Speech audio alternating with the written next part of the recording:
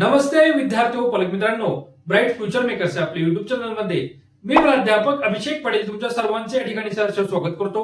आजचा विषय म्हणजे काय, रीनीट 2026 ची एक्झाम ही 21 जून रोजी होणार आहे। या 21 जूनच्या जी काही एक्झाम होणार आहे त्या एक्झाम पूर्वी आता 15 दिवस शिल्लक राहिलेले आहेत। या 15 दिवसामध्ये पालकांनी कोणते कोणते नवीन डॉक्युमेंट रीनीट 2026 नंतरची जी काय होणारी काउन्सिलिंग प्रोसेस आहे त्यासाठी काढायचे आहेत, या संदर्भात आपण आजचा हा व्हिडिओ बनवत आहोत। चॅनलला जर नवीन असाल तर अशाच माहितीपूर्ण गोष्टीसाठी ब्राईट फ्युचर मेकर्स या आपल्या युट्यूब चॅनलला तुम्ही सर्व विद्यार्थ्यांनी पालकांनी सबस्क्राईब करायचं आहे, जेणेकरून तुम्हाला रीनीट 2026 संदर्भातील सर्व काही अपडेट्स तुम्हाला तुमच्या मोबाईलवर या ठिकाणी पाहता येतील।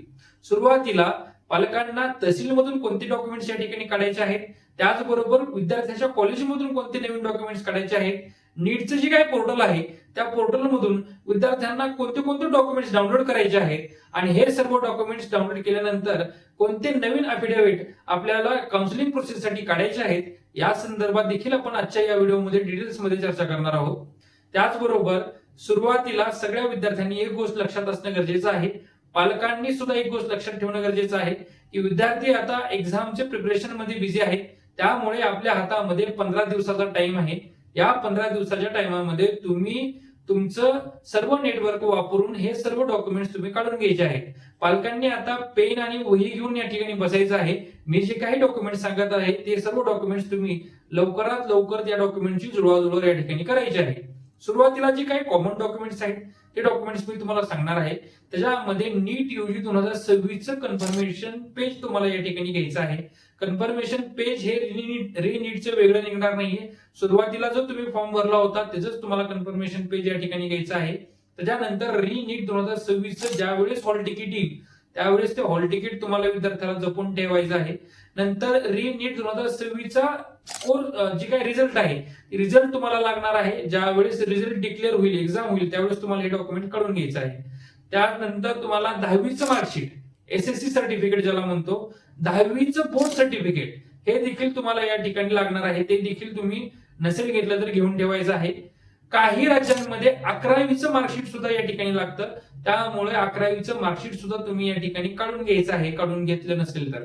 त्याचबरोबर 12वीचं मार्कशीट आणि बोर्ड सर्टिफिकेट तुम्हाला लागणार आहे।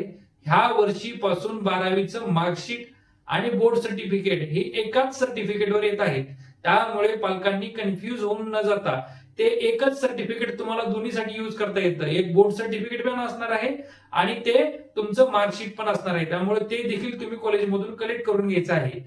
त्याचबरोबर विद्यार्थ्याला 12वीच्या कॉलेजमधून लिव्हिंग सर्टिफिकेट काढायचं आहे। लिव्हिंग सर्टिफिकेटला आपण मराठीमध्ये दाखला देखील म्हणतो, दाखला या ठिकाणी काढून घ्यायचा आहे।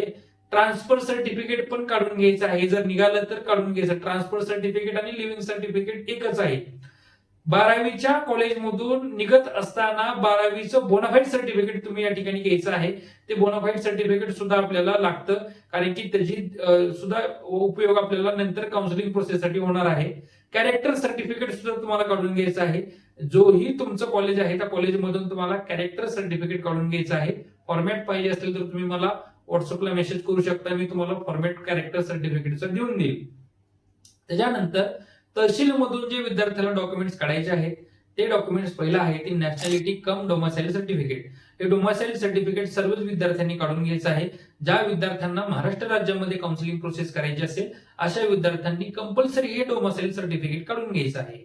त्यानंतर जे काय माझी कास्ट कॅटेगरीचे विद्यार्थी आहेत त्याच्यामध्ये OBC, SCBC, SC, ST, NT1, NT2, NT3, VG, SBC ह्या सर्व कॅटेगरीतील विद्यार्थ्यांना कास्ट सर्टिफिकेट काढून घ्यायचं आहे। त्याचबरोबर कास्ट व्हॅलिडिटी सर्टिफिकेट काढून घ्यायचं आहे। कास्ट सर्टिफिकेट आणि कास्ट व्हॅलिडिटी सर्टिफिकेट हे दोन डॉक्युमेंट फक्त SC ST च्या विद्यार्थ्यांसाठी लागू होतात। म्हणजे हे दोन डॉक्युमेंट जे आहेत ते SC ST च्या विद्यार्थ्यांनी काढायचे आहेत, नॉन क्रिमिनल तुम्हाला काढण्याची गरज नाहीये। इतर सर्व कॅटेगरीतील विद्यार्थ्यांनी नॉन क्रिमिनल काढून घ्यायचे आहेत। तुम्हाला 3 डॉक्युमेंट्स काढायचे आहेत, caste certificate, caste validity certificate आणि नॉन क्रिमिनल सर्टिफिकेट। जे काही माझ्या खुल्या वर्गातील विद्यार्थी आहेत, जे काही ओपन मध्ये येतात, या अशा विद्यार्थ्यांनी EWS सर्टिफिकेट काढून घ्यायचं आहे। EWS सर्टिफिकेट काढण्यासाठी तुम्हाला इन्कम सर्टिफिकेट काढून घेणं गरजेचं आहे। इन्कम सुद्धा तुम्ही आता नवीन काढू शकता। त्याचबरोबर जे काही ओपन, ओबीसी, SCBC ज्या कॅटेगरीतील जे काही विद्यार्थी आहेत आणि ज्यांना पुढे जाऊन हॉस्टेलच्या काही फॅसिलिटी घ्यायच्या असतील अशा पालकांनी, जे पालक अल्पभूधारक असतील अशा पालकांनी अल्पभूधारक प्रमाणपत्र देखील या ठिकाणी काढून घ्यायचं आहे. त्याचबरोबर या सर्व कॅटेगरीतील विद्यार्थ्यांनी इन्कम सर्टिफिकेट 3 वर्षाचं कंपल्सरी काढून घ्यायचं आहे. हे सर्व डॉक्युमेंट्स काढल्यानंतर तुम्हाला नीटच्या एक्झाम नंतर कोणते डॉक्युमेंट्स या ठिकाणी काढावे लागणार आहेत? नीटच्या परीक्षेनंतर तुम्ही फिटनेस सर्टिफिकेट काढून घ्यायचं आहे, ज्याला आपण सर्टिफिकेट एच देखील म्हणतो. हे सर्टिफिकेट तुम्हाला ज्यावेळेस तुमची नीटची एक्झाम होईल त्यावेळेस काढून घ्यायचं आहे. त्याचबरोबर ज्या विद्यार्थ्यांचा गॅप असेल अशा विद्यार्थ्यांनी आता गॅप सर्टिफिकेट न काढता नीटच्या एक्झाम नंतर गॅप सर्टिफिकेट तुम्ही काढून घ्यायचं आहे. आणि जे काही मायनॉरिटीचे विद्यार्थी आहेत ज्याच्यामध्ये जैन मायनॉरिटी, मुस्लिम मायनॉरिटी आणि जे काही सिख मायनॉरिटी, अशा विद्यार्थ्यांचे जे काही विद्यार्थी आहेत अशा विद्यार्थ्यांनी मायनॉरिटीची काय अफिडेव्हिट बनवायचं आहे ते अफिडेव्हिट देखील नीटच्या एक्झाम नंतर तुम्हाला बनवायचं आहे. म्हणजे 21 जून नंतर तुम्हाला हे सर्व डॉक्युमेंट्स काढायचे आहेत.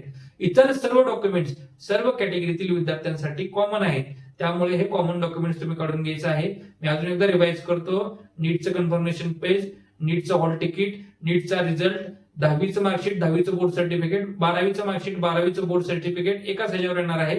क्लास 12वीचं leaving certificate, bonafide certificate, class 12वीच्या प्रिन्सिपल कडून तुम्हाला कॅरेक्टर सर्टिफिकेट घ्यायचं आहे. त्याचबरोबर स्टुडंटचं आधार कार्ड लागणार आहे तुम्हाला, updated Aadhaar card, passport size photograph तर तुम्हाला लागतात. Caste certificate, caste validity, non criminal लागणार आहे. अदर दॅन एससी एसटी विद्यार्थी, एससी एसटीच्या विद्यार्थ्यांना फक्त कास्ट सर्टिफिकेट आणि कास्ट व्हॅलिडिटी लागणार आहे. ईडब्ल्यूएस सर्टिफिकेट ओपन मधील विद्यार्थ्यांनी काढून घ्यायचं. अल्पभूधारक प्रमाणपत्र, इन्कम सर्टिफिकेट सर्वच विद्यार्थ्यांनी या ठिकाणी काढून घ्यायचं जे अल्पभूधारक मध्ये येतात.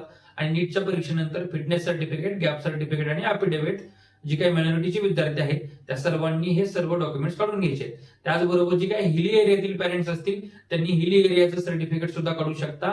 जे माझे डिफेन्स कोट्यामधील पॅरेंट्स असतील अशांनी D1, D2, D3 सर्टिफिकेट या ठिकाणी बनवून घ्यायचं आहे. त्याचा सुद्धा फॉर्मॅट मी तुम्हाला या ठिकाणी शेअर करतो. आशा करतो तुम्हाला आजचा हा व्हिडिओ आवडला असेल तर नक्कीच ब्राईट फ्युचर मेकर्स आपल्या युट्यूब चॅनलला तुम्ही सर्व विद्यार्थ्यांनी सबस्क्राईब करा. चॅनलवर नवीन असाल तर व्हिडिओला लाईक करा. गरजू विद्यार्थ्यांपर्यंत आजचा हा व्हिडिओ शेअर करा. मी प्राध्यापक अभिषेक पाटील तुम्हाला आजचा हा व्हिडिओ आवडला असं कन्सिडर करतो आणि थांबतो. जय हिंद, जय महाराष्ट्र.